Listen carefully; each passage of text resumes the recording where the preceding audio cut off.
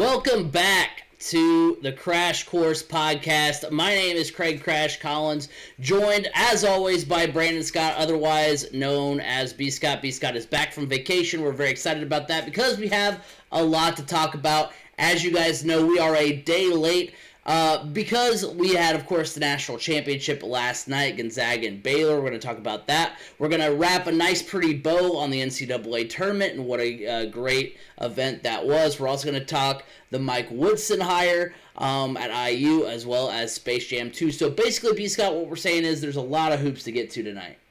A lot of hoops to get to tonight. And, you know, today, even with college, we're talking a lot about college. Today, a lot of the way too early top 25s came out.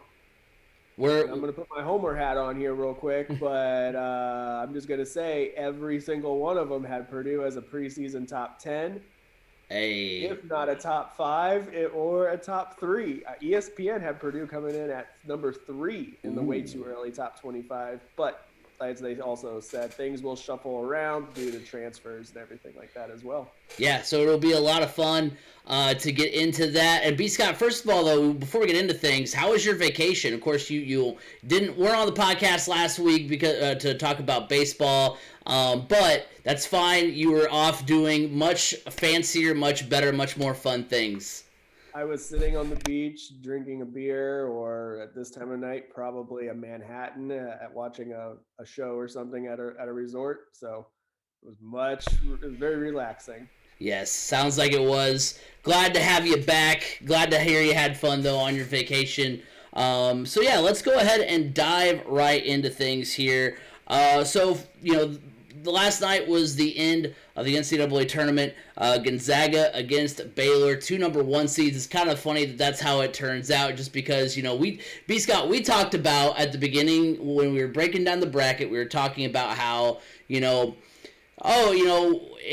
talking about all these upsets and worrying about shoehorning all these upsets in there because we're like, oh, there's no way it turns out all chalk, and because we had a lot of chalk, and then there was a ton of upsets, and you and I, though, in that bracket special were like, it's probably, you were like, it's probably going to end up Gonzaga and Baylor, and so it was a weird, crazy road to how we got to that point, but it ended up being Gonzaga and Baylor, two amazing teams. How often do we actually see the legitimate number 1 and number 2 teams in the country actually play for the national championship? Yeah, I don't. So rare, it seems like. And not only number 1 and number 2, but the number 1 and number 2 that were 1 and 2 wire to wire too.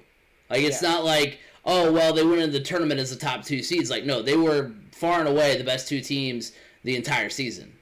Right, and it was just, with all the upsets for the fact that, we ended up basically having a chalk national championship game is totally unbelievable as well. So almost did not happen. Yes. What a crazy tournament it was. But yeah, going into the game on Monday night, going into some of the highlights there, the Bears defense was just incredible. Baylor opened up to a 29-10 lead over the first 10 minutes of the game, led 47-37 at the half. An Andrew Nebhard layup with 14:30 left got Gonzaga to within 9 points. That was pretty much about the closest they got, the rest of the way, as Baylor outscored Gonzaga 26-21 the rest of the way to earn an 86-70 win over Gonzaga. The Baylor Bears, wire to wire, were the leaders in this game. Didn't let up at all and just took control of this game and never looked back. Ended up getting the national championship, the first in program history. Looking at the stats here, the Baylor out-rebounded Gonzaga 38-22. The Bears were 44% from beyond the arc. The Zags were just 29% from that range. Jared Butler scored 22 points and 7 assists to lead Baylor. Jalen Suggs for Gonzaga had 22 points. So an incredible game, and the way the game kind of turned out was very interesting because you look at the score and you look at how it was 29-10 and 31-14 and how Baylor just dominated, but really after it was, even though it was a large deficit most of the time, it was still a fun game to watch because in that early part where Baylor was getting the 20-point lead essentially, the Bears were just putting on a show defensively and just playing so well. And then so you would think seeing that score, oh man, it just stunk because you see a blowout happening. But then the rest of the way, it was fairly even between these two teams, and they still put on a show. And it just kind of it stinks that it wasn't more even like that the entire game, so then we could have gotten a closer score. I mean, the last time Gonzaga was in the national championship, I think, was against North Carolina a couple of years ago, and that was a much closer game. And you're obviously you'd love to have a close, amazing finish every single time, and that wasn't in the cards for this game specifically. But there wasn't, for a game of that score, there wasn't necessarily a dull moment. No, and you did see your moments of runs throughout the game. Obviously, the runs came for Gonzaga a little too far in between because Baylor did jump out to that huge lead. So Gonzaga would close the gap, but they just could never seem to get over that 9 to 11 point hump really to close it anymore. It is interesting though, I was kind of surprised to see Gonzaga at one point early in the second half try to really push the pace, considering just how athletic Baylor's guards are. If you're going to try to push the pace against Baylor, you need to have similar athleticism lined up against them. Gonzaga doesn't have that kind of athleticism. Maybe in Jalen Suggs they have it, but you're not getting it from Crisper or Timmy.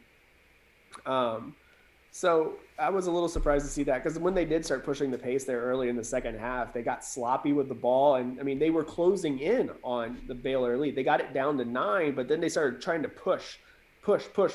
And they had too many sloppy turnovers, which then all of a sudden, boom, it's right back up to a 17-point lead again. So I think that the Baylor D really shook Gonzaga and kind of threw them off of their game plan, and that really showed early in the second half as well. I'm still Gonzaga is one of those teams that I'm loving that they're finally getting into the Final Four consistently. We don't have to look at them anymore as the Cinderella, because I remember for a while growing up, like Gonzaga was always that Cinderella story. That's kind of how you learned about the Cinderella story almost, but I wouldn't look at them that way anymore. However, we do need to start looking at Gonzaga, in my opinion, for the conference that they come from. We look at them and go, wow, this team is a number 1 overall seed for sure. They just completely dominated everybody. Yeah, well, they're playing St. Mary's College and, I don't even know who else. I just remember St. Mary's because San Diego, yeah. Not even San Diego State, San Diego. I mean, it's so.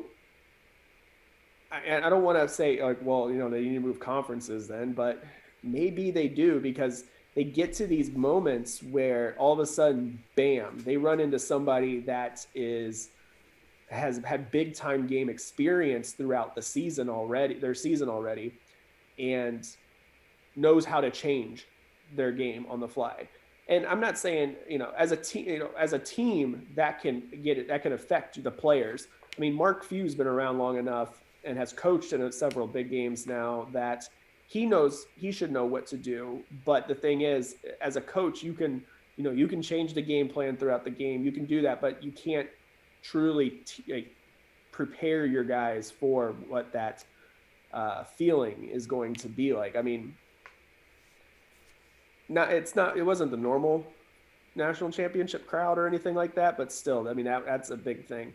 But I mean, we almost saw that in the Final Four with Gonzaga. They almost fell apart against a team that barely made it into the tournament in UCLA. Whereas you look on the other side of the bracket and Baylor just completely dominated Houston. So the fact that Baylor performed as well as they did against Gonzaga wasn't all that surprising, just from what we saw from Baylor against Houston. I could not remember. I didn't even look it up. I've been trying to remember all night.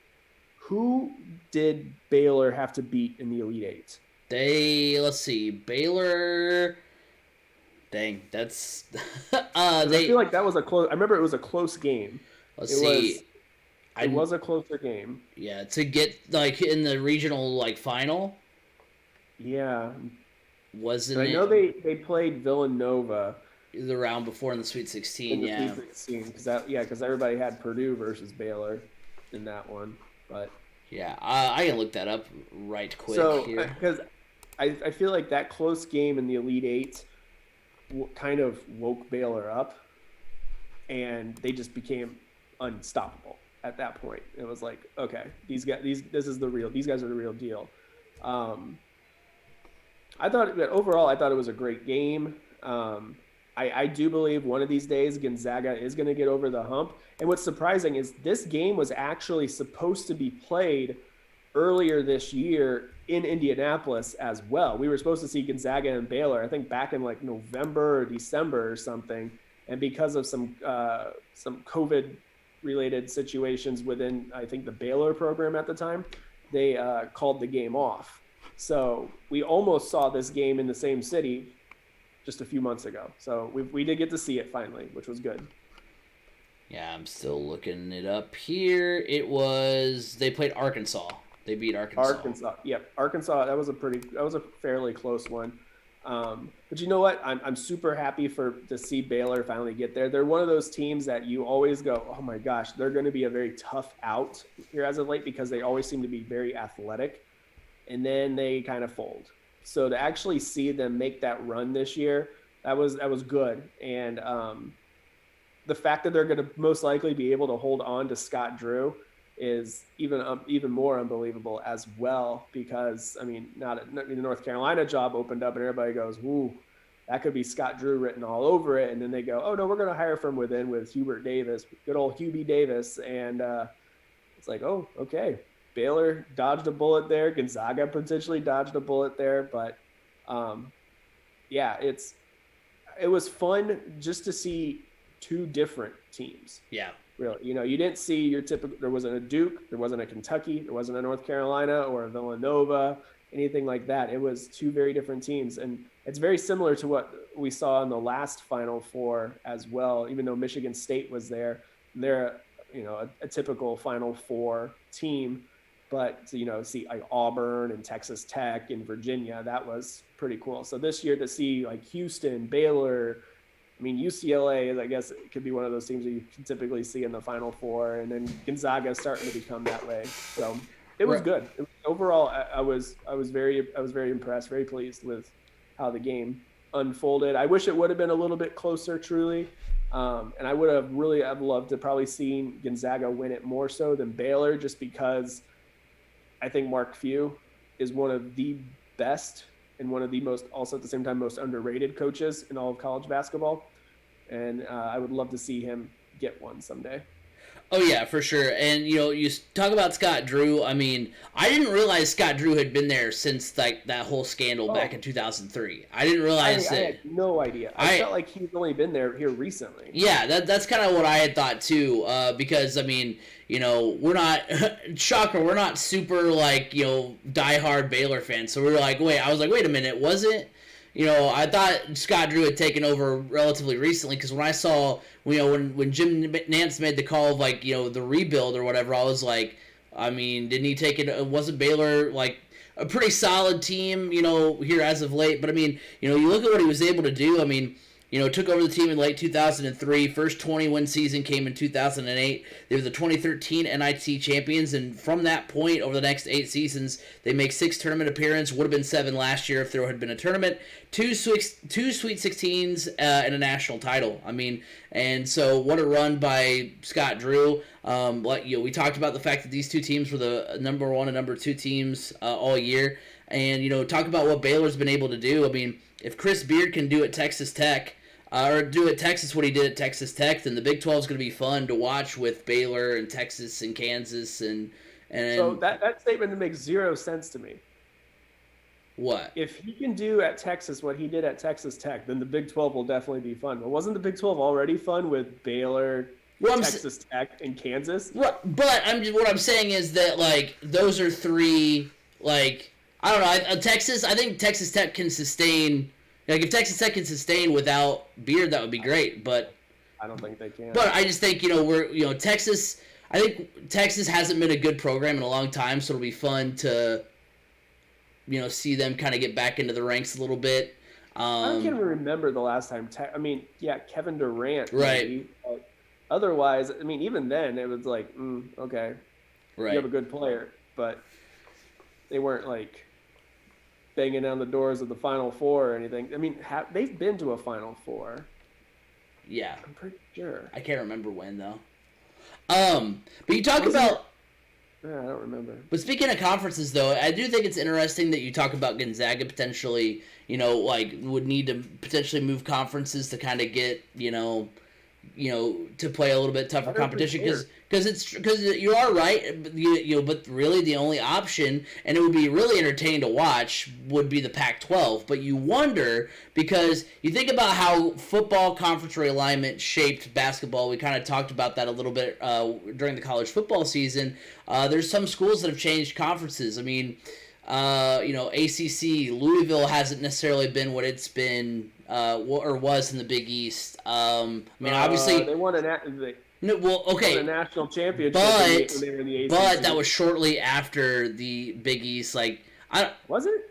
Yeah, I'm pretty sure. Yes. Oh, no. Yes. No. Yes. No. Because Butler was still in the Horizon League when my freshman year. The Big East happened, I think, the reform of the Big East was a couple of years, because 2013, the national title game was my senior year in college. When I was a freshman in college was Butler Duke, and they were still in the Horizon League when they played UConn. So, and when the Big East reformed, that's when Butler became. They had that one weird year in the A-10, and I think that was maybe my junior year in college. But if Louisville was in the ACC, it was literally right after they were in the Big East and had the. Huh.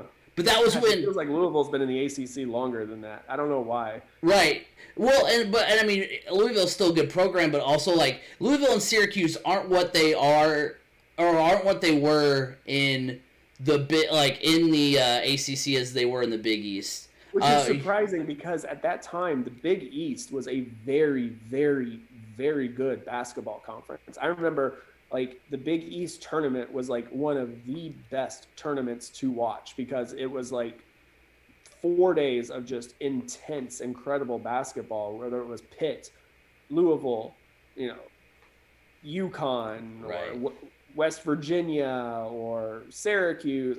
Just absolute battles.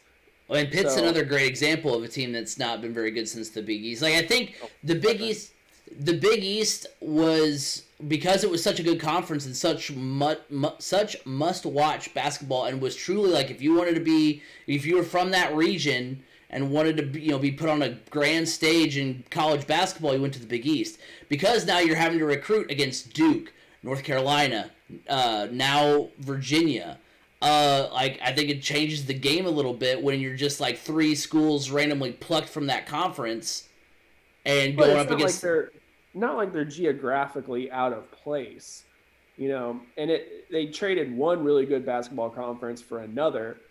So I don't know. It's. They had that deal with the ACC has that deal. It's the Big East did too with ESPN and everything. So you can say, hey, twice a year you're going to get, once a year you're going to get to play at Cameron Indoor or wherever. That is an appeal a little bit as well. Maybe, but I'm just trying to think of examples of schools that were once powers. I think Pitt did lose a coach, I think, to retirement, or they UConn. had some. Yeah, UConn. That's another one. Yeah. UConn also, I think, got hit with some sanctions. I think, that is true. So they're trying to come back from that, and I believe Pitt did as well. Pitt was one of those teams. Pitt was never amazing. Pitt was always one of those teams that was Sweet 16, maybe Elite 8. Right, but they were typically a top 3 seed. Tournament. Yeah, typically a top 3 seed, usually, maybe a 4. But the point I'm trying to make is the one scary thing for Gonzaga would be you join the Pac-12. Now you're playing tougher competition. Your path to the national title game, your path through the bracket is a lot tougher than it is when you are the 1 seed and regarded as an amazing ball club at 31-0. Which, I mean, obviously, good or bad. I mean, obviously, you have to be a good team to go undefeated almost. But Right. I think it's a lot easier for them. I mean, I think also it didn't help that they didn't really have like non-conference because they usually typically non-conference, they do schedule yeah some really good competition. They play in like a lot of different, like, not really tournaments, but invitationals almost. So yeah. that is true. Like I said earlier, their game against Baylor was called off, so that would have been a big one for them. Well, swinging it back to Baylor real quick though, you mentioned it earlier. That Villanova game, has to be their defining moment of the tournament because they really didn't look back after the first half of that game against Villanova, where they trailed 30-23. They went on a 16-9 run to tie the game at 39 with just about 12 minutes left. Jared Butler's layup with 9:35 left in the game gave Baylor their first lead at 43-41, and they outscored the Wildcats 19 to 10 to finish out the game, 162-51. And in that game, Baylor had eight steals for 16 turnovers to 6 of their own. So I mean, from that point on, Baylor just never really looked back. Oh no. And they were just they realized like, hey, we can't skate through this, so we gotta pick it up and play the way we know we're fully capable of playing, and they did. Yep. Props to them for that. I mean, that was, I mean, I don't think I've ever seen as dominant of a performance in the Final Four as I saw from Baylor against Houston. I didn't watch the full game because I wasn't even in the country, and I just kind of saw bits and pieces. But wow, like I saw it. Actually, I was in the airport. I landed in Charlotte and was going by a restaurant, and I looked in and I saw that the game was at halftime and they were up by like 20 points. I was like, whoa, okay. Baylor came to play. Oh yeah. So what a run by them. So Baylor is your 2021 NCAA Tournament champions. What a great tournament it was. And before we get to how great of a tournament this was, let's go ahead and get a word from our friends of the show. The Crash Course Podcast is brought to you by Anchor. Looking to start a podcast but don't know where to start? Look no further than Anchor.fm. Anchor allows you to record and edit your podcast right from your computer or mobile device, and will distribute it to other sites such as Apple Podcasts, Google Podcasts, and Spotify. On a budget, not only is Anchor completely free of charge, but will allow you to make money from your podcast with no minimum listenership. Download the free Anchor app or go to Anchor.fm to get started. Anchor, it's everything you need in a podcast in one place.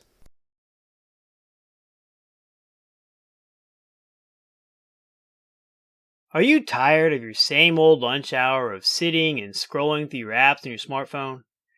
Have you thought about playing a board game with your coworkers? Eat Lunch and Board Game is a podcast dedicated to telling you about board games that are great for lunchtime fun and some that are probably better saved for after work hours. I've been playing games at my office for over 4 years now, where I have made new friends and business connections that have been very useful. Board games build bridges.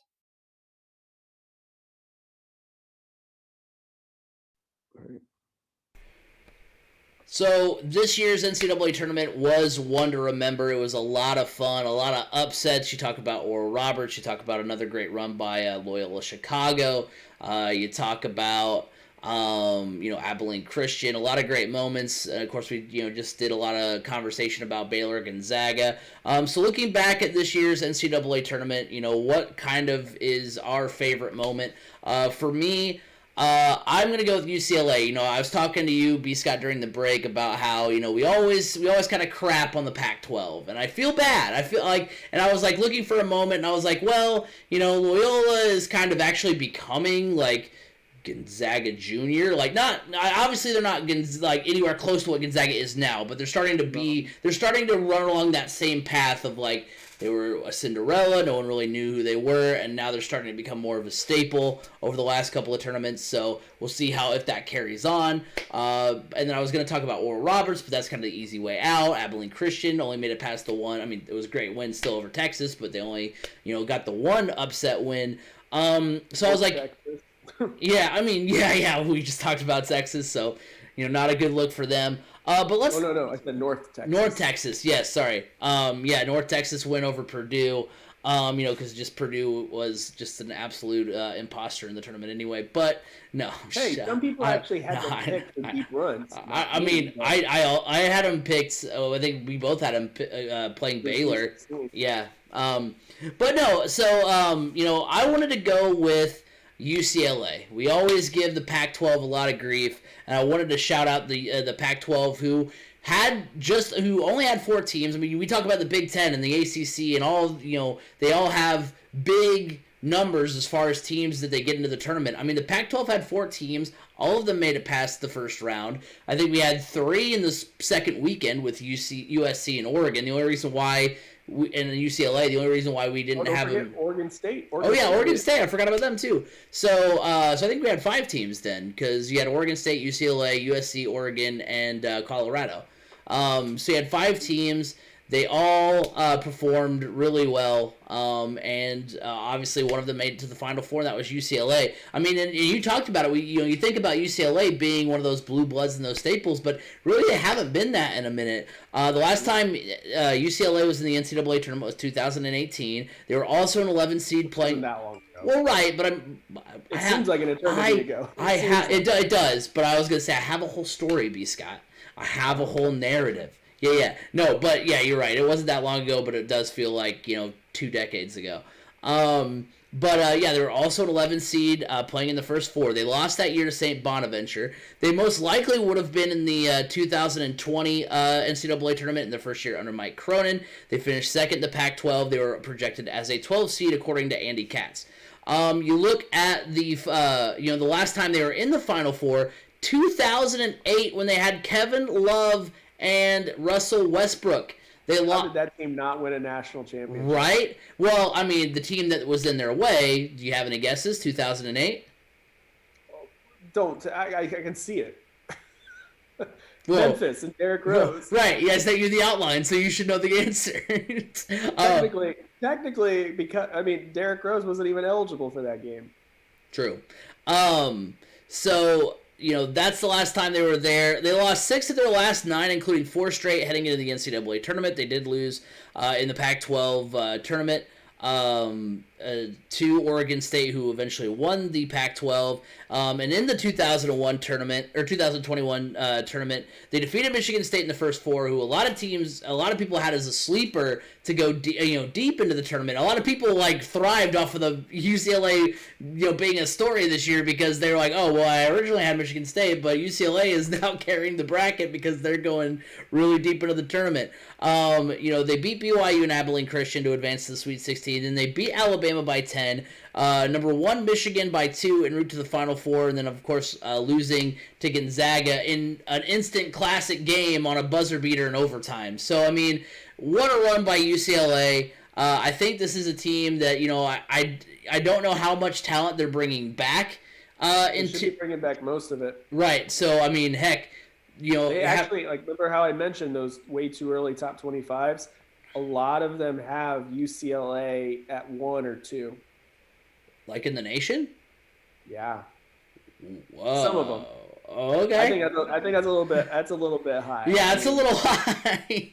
That's a little high. I mean, for a team that I think just went on a run. Yeah, that just got really hot at the right time. But I mean, heck, they could start the year, realistically maybe in the top 20, around borderline top 20. And heck, they could be a team next year that you see, as not a top seed, isn't a 1 seed, but a 6, 7. Yeah. So I could see them being a 3 or 4 line. Yeah, so hats off to UCLA for just being an absolute menace this year in the tournament, getting all the way to the Final Four, representing the Pac-12, who had a great tournament this year. Yeah, I mean, who would have thought the Pac-12 outperforms the Big Ten? I mean, the Big Ten just they look like a train wreck. Considering, so that brought up, people were bringing up, does the Big Ten just beat up on itself way too much? Does the officiating style need to change in the Big Ten? I kind of think maybe, it needs to become more like it is nationally, and not just, we're going to allow you to beat each other to death. And then once you get into the tournament, it's like, whoa, wait a second. The whistles are actually flying for how I play. Well, duh, because the Big Ten lets you slug it out unless, there's certain officials that don't allow that. They like to choose the outcomes. My favorite moment, the team that I kind of look at and go, that they really had a good tournament is Houston. Yeah. I know they were a 2 seed, they were right up there all season, but I'm not really looking at it as the team itself. I'm looking more at it as the Kelvin Sampson redemption tour. Coming back to the state of Indiana, where you were the head coach at IU and you had a great team there, and then you got busted for making phone calls when you shouldn't have been making phone calls. And you basically, to get back into coaching, you had to have a show clause or a show cause.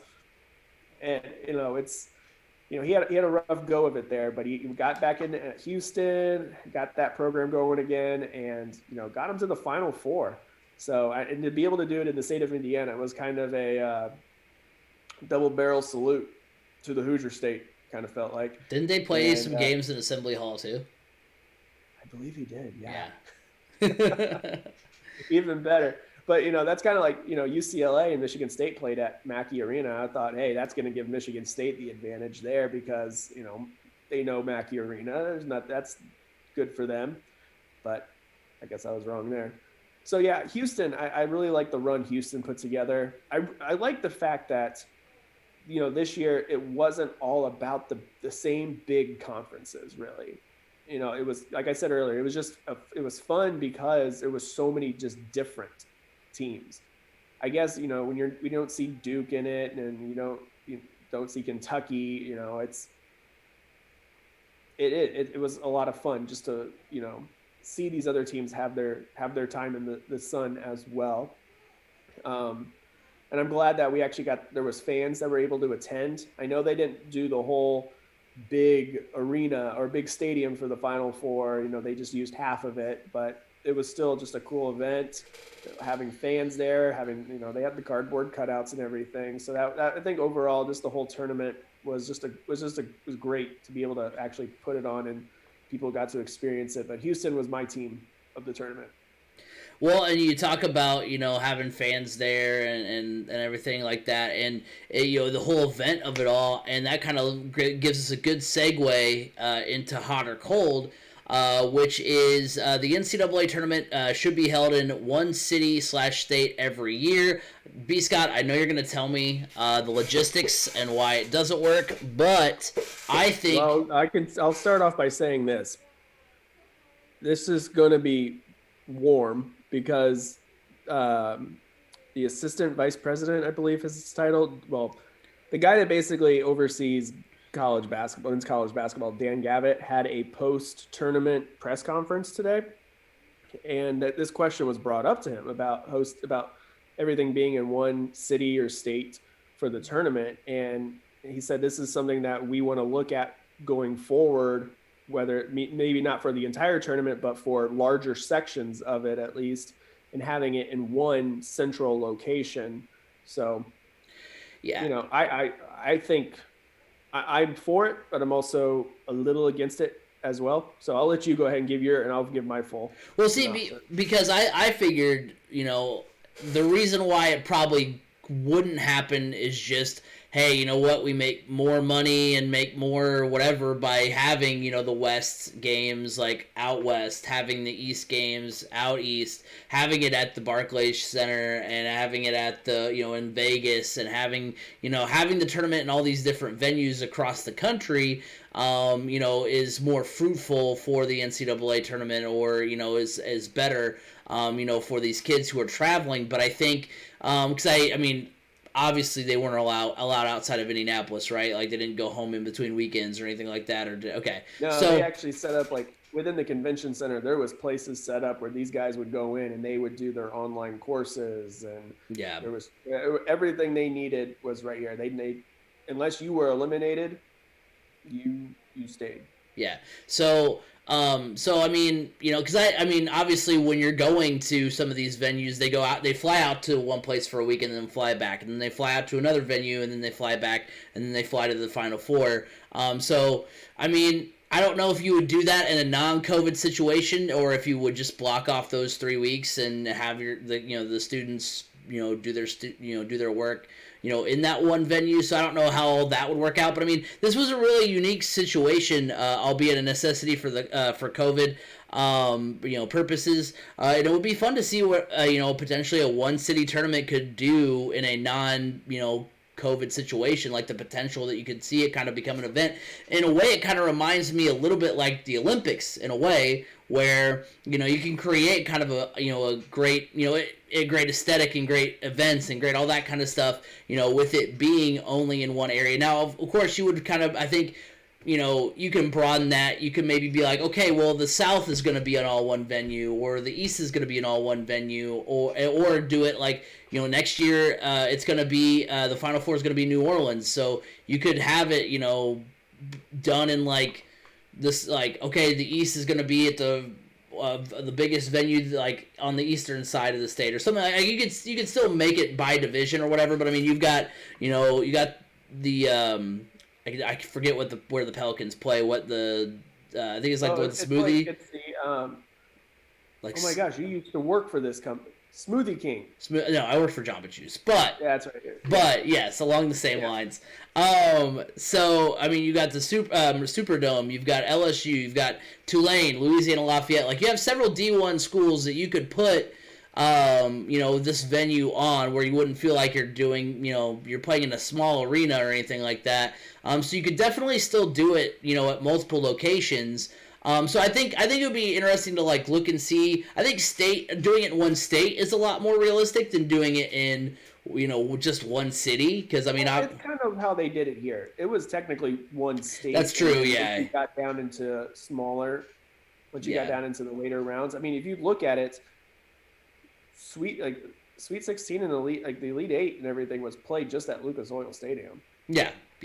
And I believe Sweet 16 as well. I don't. I was like, I don't know, because I think there was some at Bankers and Hinkle, because I know at least I think I know they stopped Purdue and IU. Yeah, Baylor and IU were both at or Baylor and IU. Baylor and Villanova was at Hinkle, I'm pretty sure. Right. But yeah, so I mean, I think it could work out. I think it'd be fun to kind of see that take on it, because I think honestly the not having to travel as much. I mean, especially here in the next few years where COVID will still kind of have its fingerprints on stuff. It'll kind of be a necessity. But I think it'd be kind of cool to see what this kind of situation could look like in a non-COVID situation. Yeah, I'm both for it and I'm also both against it. I'm for it. Well, one, it just so happened to work out really well for Indianapolis, considering most of the venues were just like a stone's throw away from the NCAA headquarters. That helps. But I'm for it in the aspect of the student athlete. That's a lot of traveling to ask for student athletes to do, especially like if you are a team that is in the West region or something, or even if you're not in the West region and you're from, like, there's been several times like Purdue has had to fly out to Denver or Seattle or something to play in the first and second round, and it's like that's a big commitment, a big travel for these student athletes. I know some of it is over their spring break and everything, so that does help. But I mean, they still, they're student athletes, and that's what they're that student first. And having it in one spot allowed them to keep up with their studies and everything. I mean, I know guidance counselors work with student athletes as well to make sure that, their load is not as heavy during seasons and everything. Just because of the travel, obviously that makes it a little bit more difficult. But, being able to be in one place would be a good thing for them, just from a health standpoint, a studies standpoint, all of that. However, from a fan standpoint, it would limit the opportunities, I feel like, for fans. Like back in 2019, Purdue's playing in the Sweet 16 and the Elite 8 at the KFC Yum Center. Just 2 hours south of Indianapolis. If the game was if the whole thing was being held in New Orleans, I wouldn't have even considered hopping on and looking at tickets for the Elite Eight after Purdue beat Tennessee. No way, because I can't, because I also have to fly. But having it at other locations that are more regional, especially for the higher seeds, it benefits the higher seeds and everything. It allows more of their fan base to be able to be a part of that. So like for me, being able just to hop in the car and drive down to Louisville, that was great. But I wouldn't have done that if they were anywhere else. So I guess from a fan perspective, having more opportunities to be able to see your team play if they advance, or even in the first and second round, depending on like proximity to where you live, that is a plus. Also as a fan, if you start allowing more fans into the venues as COVID starts dying down, whatever it does, you also got to look at these cities, because a lot of the hotel space was taken up by the teams and team personnel that were in town for the tournament. And if there was more fans allowed, you would have run into an issue of not enough hotels, not enough space for everybody. So that's one. I mean, and that's something that that the NCAA will look at that, and that's going to be more so of if they were to go to New Orleans and say, hey, we're looking to do this again, what are some pros and cons from you guys that you would look at as well? Because that's more like Indy Sports Corps would be the ones looking at that and reporting and saying, hey, if we're gonna be allowing 100% capacity, we don't have the hotel space to be able to do that. So that's kind of a little bit of a back and forth. So that's more of the logistics that would be looked at going into a decision of something like that, and not so much about the the student athletes, because having it all in one location is a better situation for student athletes. It may mean they don't get to play the only downside really for them would be if it's far away from their school, or really far away from where they're from, their family may not be able to get to see them play. But even that's a risk that you're going to run into anyways, even if you have it at multiple locations, because like I said, how many times has Purdue gone out and played out in Denver for the first and second round? Quite often. So it's, Purdue's never played like up in Chicago for the first round or Indianapolis. It's always pretty far away. So that's, always going to be an issue no matter what. But, I really did like the fact that it was held in one place. It would be tough because not every place has so many Division I basketball programs. I mean, for instance, I think Minneapolis is hosting the tournament or hosting the Final Four in a couple of years at the Vikings Stadium. Yeah. And they probably just have Minnesota. The University of Minnesota is the only D1 that and the Target Center or whatever for the Timberwolves. So you'd have essentially, but if you look at it, they also did split Lucas Oil in half. So that was 2 courts. You couldn't play simultaneously. I mean, I think maybe they did. I don't know how that all works. I knew they had multiple courts, but so that does help there. So you basically only have 4 courts. You just make it one. You just put everything in the I don't know what it's called now, but the Viking Stadium. You could split. That's a big stadium. You could split it all up into 6 courts. There'd be no places for fans to sit, but you could split it into I don't know, because remember, it's still only a football field. Right. The stadium itself is huge. You would have to it would. But I mean, Lucas, it's yeah. So it would be a case-by-case situation. I could see them saying more so, hey, Sweet 16 on is going to be in one spot. That would be good. I think that'd be a good middle ground. So I mean, everything right now I feel like is just kind of how can we continue? How can we, what's the future going to hold? Basically, that's just it right now. It's okay, we know we can do this. We successfully put this on. We did it. How can we take that next step to getting more back to normal? But what's the future going to look like? It's everything's just so contingent upon what a few months from now looks like. Right. And that's tough. It's a tough one. But I loved it. I thought it was great having it in one place. And I think it's a hot take that it would be fun to have it in a singular location again, or at least a state, Right. Not many cities are set up like Indianapolis for basketball, but I think it'd be really cool. San Antonio did it for the women's. Yeah. And it was good. Yeah, for sure. So yeah, insanely fun tournament. Excited, that we had, some college basketball to talk about this spring.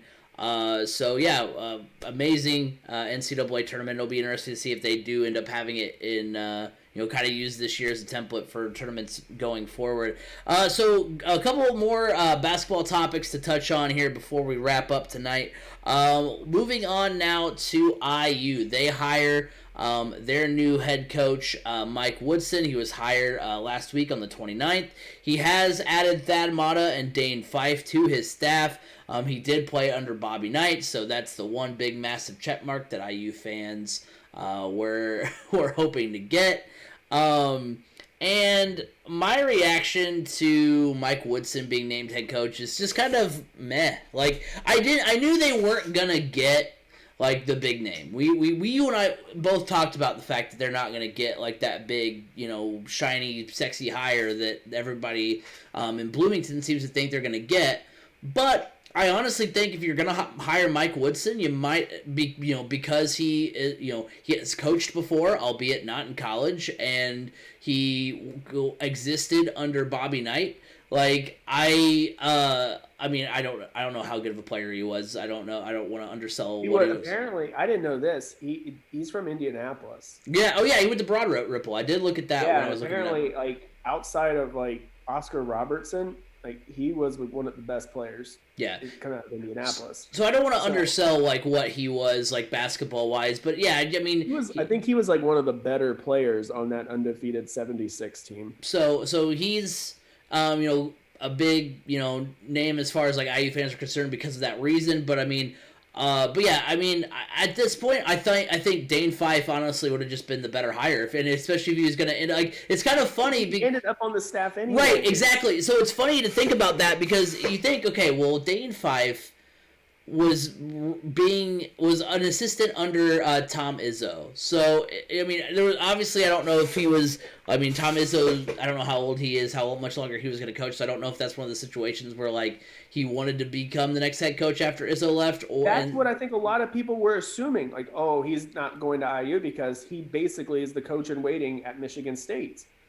And then all of a sudden it's like, oh wait, Dane Fife is going to take the same job at IU. Right. He's now going to be the coach in waiting at IU. I mean, because it's not like Mike Woodson is young. Right. He's 65. Right. So it's just, you could have hired Dane Fife anyway, just because, like, okay, you now know he was willing to leave Michigan State in a pretty good, because even if he's not the coach in waiting at Michigan State, Michigan State's going to be, a contender next year. They're going to be in the NCAA tournament next year. If they make a run, Dane Fife is going to be somebody that's going to be rumored to get plucked off his staff to go somewhere else too. So Dane Fife has been at Michigan State though for right. But I'm just saying that we're hearing him in rumors now. Maybe he strikes while the iron's a little bit hotter than maybe it was a few years ago. Well, I don't know, but anyway, I was gonna go ahead. No, I was just gonna say, he's. I just think it would have probably been better to just hire Dane Fife, to be honest, to wrap up that whole point, because, like I said, I think when his name was initially mentioned, you were thinking, okay, well, he's not going to leave Michigan State where he's the coach in waiting, as you were saying, but obviously he left, so he was willing to leave, so you could have had Dane Fife. And now you're bringing in a Bobby Knight guy too, right? And you're bringing in a guy in Mike Woodson, who in the NBA was a sub 500 head coach. He had losing seasons in 5 of his 9 years. He never made it past the Eastern semifinals. He did turn a Hawks team from a 13-win team to a team that was first, or a team that won 53 games in his final season. And I mean, the big question mark is he's never coached in college, and I don't know. I mean, normally you talk about the conversation the other direction, like, oh, they just coached in college. How is it going to compare to the NBA and all their personalities? But the reverse argument is when you only coach in the NBA, you're not necessarily fully responsible for the roster you have on the court. Whereas now he's got to go recruit. Yeah, he's got to go recruit players, and he hasn't been in Indiana. Or, I mean, I don't know how much of a grip or how much he knows about, Indiana basketball, but he hasn't been in the state in years. So, it just, I mean, I guess neither is Dane Fife, but you know what I mean? Like, it just... No, Dane Fife has at least recruited Indiana because he comes into the state of Indiana and snatches some of the best talent away from Purdue and IU and brings them up to Michigan State. This move... Basically, essentially, okay, I'll say this. This is essentially what IU is hoping. Well, one of two things. One, this is to appease their fan base. Their fan base is not very smart. So all they want is the next Bobby Knight. And this is a true Bobby Knight guy. Dane Fife played for Bobby Knight, but is he really a true Bobby Knight guy? Not like Mike Woodson. Mike Woodson is a rah-rah RMK all the way type guy. And that's basically to appease the fan base. And two, they are hoping this hire is very similar to the Juwan Howard hire at Michigan. The only difference being, or you could say, well, because everybody said the same thing about Juwan Howard. He has no college coaching experience. He hasn't had to do any recruiting, but the biggest difference is some of these kids remember Juwan Howard actually playing the game. They remember Juwan Howard being an assistant coach at the Miami Heat. He's won a championship with LeBron James, for goodness sakes. I mean, he's relevant. Whereas Mike Woodson, I'm sorry, I can't name too many NBA coaches, and a lot of these kids probably can't either because they move around so much. So Mike Woodson is not that name on the like. When you say Juwan Howard, kids know who Juwan Howard is. They even know his story from Michigan being part of the Fab Five because that is a cultural phenomenon. That's a cultural thing. 30 for 30 is pretty good too. Huh? 30 for 30 is pretty good too. Yeah, I mean, so all those different situations add up to, the Fab Five brought college basketball to a new era, and the fun, hip. It brought that into college basketball. And that's a big reason why Juwan Howard is so successful as well, because the kids know who he is. Do they know who Mike Woodson is? Do they even care that he played for Bobby Knight? A lot of them probably don't even know who Bobby Knight is anymore. Let's just be honest. Like, it's like, okay, you played here in 76? My mom's not even that old. It's like, that's my grandma. I mean, seriously, and he's older. And then it's like, okay, so you did say they brought in Thad Matta on the staff. Thad Matta's technically not on the basketball staff. He is a special assistant to the athletic director that kind of oversees basketball. So he's not really, but he's going to have like office hours and everything. I think he was their number one choice, and then he didn't pass a physical, so it was like, okay, what do we need to do here? And then the whole Dane Fife thing, it's like, this guy has been like one of the most talked about potential candidates even before they hired Archie. And at that time, it was like, well, maybe he doesn't have enough experience yet. But now it's like, okay, they didn't go after him because maybe he's like, oh, I'm staying at Michigan State because I'm basically going to get this job after Izzo retires in the next few years. And he just jumps ship from Michigan State and takes the exact same job at IU. It's just like, what is going on? And then, I don't know. I think it's a meh hire too. And I think, honestly, if it doesn't work out in the next 2 years, the fan base will turn on it and go, why are we running with an old guy still that has no college experience, blah, blah, blah, blah, blah. That fan base is never settled. it is probably, I think that's a big reason why a lot of these names turn them down, because it's like, no, I'm not going to go coach for that fan base that is completely off their rocker. Yeah. Yeah, I mean, and then the whole player development thing too. What does Mike Woodson know about player development? He's got, that was the big hit on Archie. He did not know how to develop his players properly and put them in right situations. Now, Mike Woodson probably knows how to put them in better situations than Archie did. He knows how to better utilize his higher end talent because, that from the NBA. But you don't really have too much player development you have to look at in the NBA as you do in college, especially as a head coach in the NBA. That's not you. So that will be interesting as well, because that's been a big reason IU hasn't seen much success recently is lack of player development. I do find it funny, though, how the local media just a few weeks ago was just bashing IU and calling him a basic dumpster fire, Greg Doyle, to turning around this past week and saying, man, there is something really special going on down in Bloomington, and everybody better jump on board because, this is special after Trace Davis-Jackson decided to come back. I'm like, are you kidding me? 2 weeks ago, you called them a dumpster fire, and now you're basically ready to crown them the next national champion. Stop. That's why this fan base is so delusional. I mean, even today, like on the Purdue message boards, they're all talking about Purdue preseason being top 5, and everybody's like, I don't think we're a top 5 team going into next season. We're not a top 5 team. And it's like, that's the difference between the fan bases. Purdue's fan base is like, okay, thank you for that, but we're good, but we're not that good. But thank you. Yeah, we could be by the end of this season, but preseason, ooh. Whereas IU's like, we're not number 1. Why aren't we number 1? We're the best. I mean, look at our banners. We should be winning national championships next year. And it's like, that's because of the media hype as well, the local media hype, and it just doesn't help. Yeah. I think unless they were able to land like a Brad Stevens or a Chris Beard, I don't think they were. I mean, even then, that's going to be it's a rebuild job. It's a revolving door, because what's going to happen is because the last coach, how long was Archie there? I can't remember how long. 4 years. 4 years. So I mean, his first recruit. They had what I think I said it. So one recruiting class, basically, one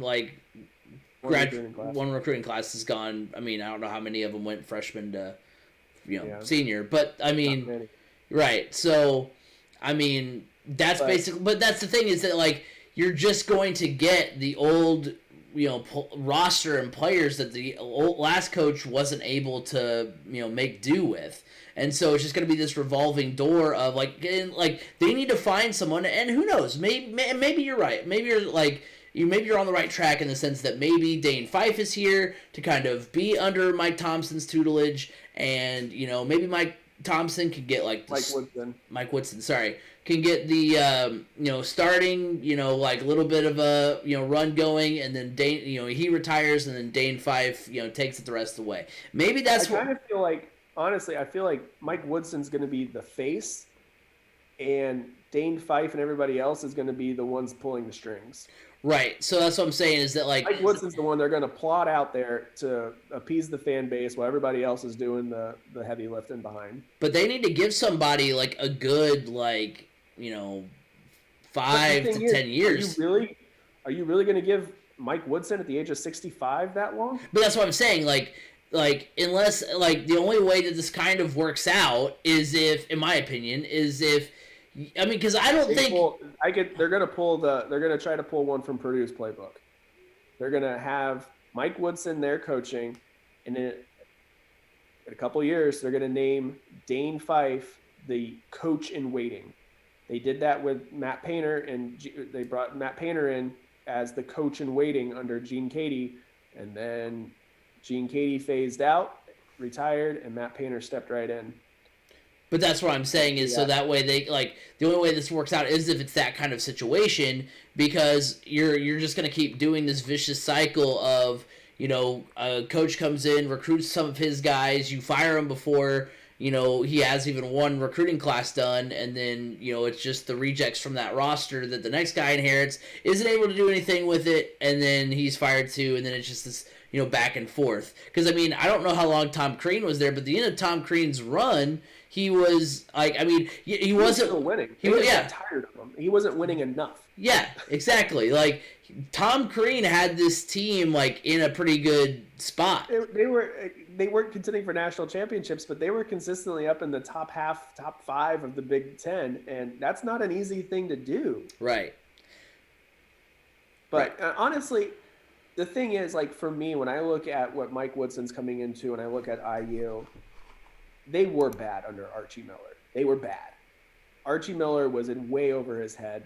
It was a dumpster fire. So what I want to see is I want to see IU competitive again. I want to see them start taking those steps forward. However, though, I don't think that's going to be enough for the fan base. No. And that's what's the rough part about this is that, they all think they're going to contend for national titles every year. It's like, guys, your roster's not set up for that right now. What you need to do, Purdue, for instance, they went from being a good team to being pretty bad at the end of Gene Katie's tenure, and then they baby steps, gradually getting there. And Purdue they've ridden with Matt Painter all the way, and it's paying off. Whereas it's because the Purdue fan base saw the plan. Okay, this is what the plan is. We get it. Good. But I don't think they're going to give Matt Painter would be long gone even if he shows improvement. This team shows improvement from the past few years. I don't think it's going to be enough for the fan base. If they're not winning the Big Ten every year and number 1 seed or making Final Fours and winning national championships, it's not enough. It's like, guys, you're not going to go from worst to first overnight. You're just not, especially when you have basically 3 players returning. Yeah. Yeah, and we'll see if it ends up working out. I hope it does. Yeah. I'm sorry, but I love Purdue beating up on IU. And, that doesn't make the rivalry fun. They've done straight, but at the same time, I want that rivalry to be a rivalry again. Right. I don't want it to be, you look at it and go, well, there's a W. I want it to get back to the days where it was a battle. Yeah. I think that'd be great for the state too, and a lot of good things would come from that. So we'll see how it works out. One last thing before we sign off for the podcast. I want to throw in something here that I was trying to think of something else to kind of throw into the podcast. And this new trailer for the Space Jam 2 came out. It's called Space Jam: A New Legacy. And obviously this is the remake, not really a remake, but this is the sequel with LeBron this time. And LeBron wants to help his son reach his full hoops potential. But his son just wants to do his own thing. If you've watched the trailer, I'm going to kind of give you this synopsis of it. His son is then taken and held in the multiverse, and LeBron has to win a basketball game to get his son back. And I'm kind of confused from that point on, because the rest of the trailer, if you watch it or if you've watched it, LeBron talks about assembling a super team, basically. And he, on that list of people that he has, on there are like the Iron Giant, Superman, obviously not the Looney Tunes, but also the Looney Tunes are there. So I don't really know how all of it works out. And then also, they're facing, and not the Monstars, they're facing the Goon Squad, which there's not really any inkling of them face how this Goon Squad came. So I don't know if they're still gonna go off of hey, we took some of there's Diana Taurasi, Klay Thompson, Anthony Davis. I can't remember the girl. I can't pronounce her name. Agabongwe. She played at Notre Dame. She's one of the best. Is that the lady that hit the big shot? Yeah. Yeah, in the Final Four against UConn a couple of years ago. Yeah, that her. And Damian Lillard. Gotcha. As well. Gotcha. So that plot point still is going to stay the same then, or?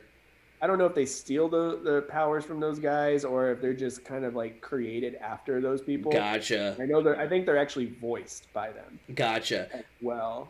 So my thoughts on it though is like I'm glad they're look. We talked about this before we started the podcast tonight. I'm glad it's not gonna be like a shot for shot remake of Space Jam, but I don't know. I mean, will I probably still watch it? Sure, maybe, but like also it's gonna be on HBO Max, so that's true. I can watch it on my couch, and if it's too stupid, I can just turn it off and walk away. True. But like it just looks super off the rails. Like it looks like, first of all, it looks like the Looney Tunes are shoehorned into this movie because we talked about it, off air. Space Jam, even though it did have obviously, the Looney Tunes in it the first time around, and I think it'd be kind of a little weird to not have them, Space Jam lends itself to be anything you want. Because, like you said earlier, the reason why it's Space Jam is because you had the Monstars they were aliens from space. And they were trying to enslave the Looney Tunes for their amusement park. Right. So, like, there was, like, an actual, like, plot there where it looks like they're like, look, here's all these things. This is awesome, right? You're enjoying this? Here's all the things you like. Like, it just kind of seems like that's what this movie is instead of actually having... The plot seems almost secondary to how much, like, look at all the things we included. Well, my question is with it, so in the first one, the Looney Tunes needed help. They needed help, so they turned, because they originally challenged the Monstars to a basketball game because they were tiny little puny aliens. The Looney Tunes didn't know that these guys were going to go steal the abilities from some of the best NBA players. So they needed help, and they went after a guy that was technically not playing basketball at the time, in Michael Jordan. So that's why the Monstars didn't steal his abilities because he wasn't playing. So they recruited Michael to get help for themselves. Okay? Right. That makes sense. Yep. My thing is, if LeBron James needs to put together a super team to save his son, why is he asking help from cartoon characters? Yeah. Why not put together a team of like Dwayne Wade, Chris Bosh, Paul George, Leonard? You saw what this dream team did in the Olympics, like year in year out. They can probably beat. Did he not watch Space Jam 1, where basically Bugs Bunny gave them all fake steroids to make them believe they could play, and then Michael Jordan stretched his arms really long, like Stretch Armstrong, and won that game on a buzzer beater dunk? Does he not realize that, like, maybe the Looney Tunes aren't the best option to put together a basketball team with if I'm putting together a super team? Yeah. Well, so if I'm looking at the trailer correctly, I think he's in the multiverse trying to create the super team, and then something like puts him into like Looney Tune world. But or like maybe everybody else turns him down.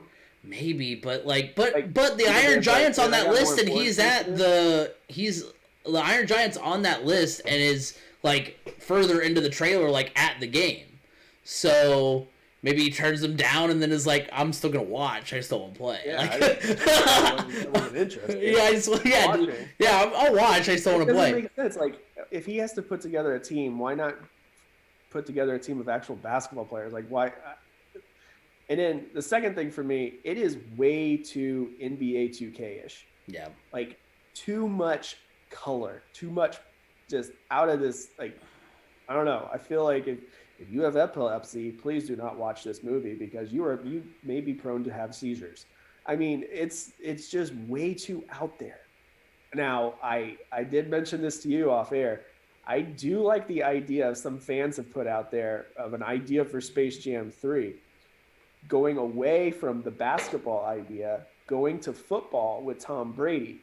The idea being the Monstars or whatever you want it to be, steal his rings and wipe the memories of everyone, basically wipe the memory of Tom Brady's legacy and or his accomplishments in football.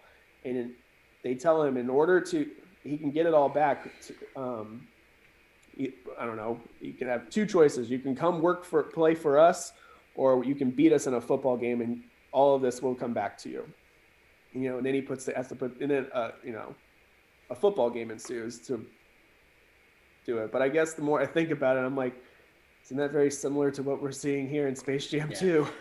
Now, the basketball. The one thing they need to do with that, I just had a very funny thought for this. If they do the whole Tom Brady thing, they need to make it like the Infinity Gauntlet, like that Thanos had, and every time he puts a ring into that gauntlet, like something happens, and then he snaps at the end of the movie, and everybody, yeah. You get what I'm saying? I like it. I would be all for that. Just kind of a nod to the Avengers movies. But yeah, I mean, at least that idea would be somewhat fresh. And I mean, like I said, I mean, the idea with LeBron is technically fresh too. We'll see how it plays out. There's been a lot of movies that I've seen the trailer and not liked it. I guess the only reason Tom Brady has to go to the Looney Tunes for help is because the memories of everybody have been wiped, so they don't really know. Why would I help you, Tom? Who are you? Yeah. Some scrawny little white guy from Michigan. I mean. Right. Yeah. So. Yeah. At what point? So the memory of his legacy has been wiped. So at what point does that go back to? Does it still retain it was cool that you beat Alabama in the Orange Bowl, but you didn't get drafted, so we don't really care. I think it's his NFL legacy. Right. Drew Bledsoe never gets blown up by the Jets, and he just continues on. Everybody sees of him. The last memory they have of him is his combine profile. The scrawny little guy in the white T-shirt. Yeah, for sure. I mean, and we'll see. Like I said, there's a lot of movies that I've seen the trailer for and been like, this looks dumb, and then it ends up being a good movie. So maybe that's what it'll be. Speaking of dumb movies that look dumb that I'm hoping turn out. I'm trying to watch King Kong Godzilla versus King Kong. Yeah. I'm trying to watch that one. Yeah, well, let me know how it is, because it looks like it might be cool. I've heard a lot of good things about it. Basically, I just want to watch a giant lizard and a big gorilla just blow stuff up. I mean, what more could you ask for? What more do you need? Oh, and 11 from Stranger Things is in it too. Oh, well then there you go. That's the perfect cinematic masterpiece. Yeah. Oh, man. Well, that will do it for this week's edition of the Crash Course Podcast. Thank you guys all for watching. Thank you guys all for listening. Remember, you can like us on Facebook, Crash Course Podcast. You can follow us on Twitter at Crash Course FM. You go over to 3C Media on YouTube. The MCT Podcast has been killing it lately. We're at 29 subscribers. Oh, also, before we forget, congratulations to Ashley Simmons, who won our tournament challenge. Prizes will be disseminated ASAP, so make sure you go you look out for that. But yeah, go to 3C Media on YouTube, where you can catch us every week, as well as the MCT Podcast. They're killing it, so go over there and subscribe. We're looking for subscriber number 30, so go do that. It's absolutely free. Then remember that you can like us, or that you can listen every week on Apple Podcasts, Google Podcasts, Spotify, wherever podcasts can be heard. You can hear the Crash Course Podcast. Also, we record, obviously, we're doing it right now, but we record every week on Twitch live, so you can give your input, twitch.tv/3C Media. So come on over, give us your thoughts. We'd love to hear from you. And B. Scott, where can they find you? You can find me on Twitter at Brandon_Scott87. Well, next week we're going to be taking the week off. In a couple of weeks we'll be talking about some IndyCar as well as some other things as well. So it'll be a lot of fun. But until then, have a good one, everybody.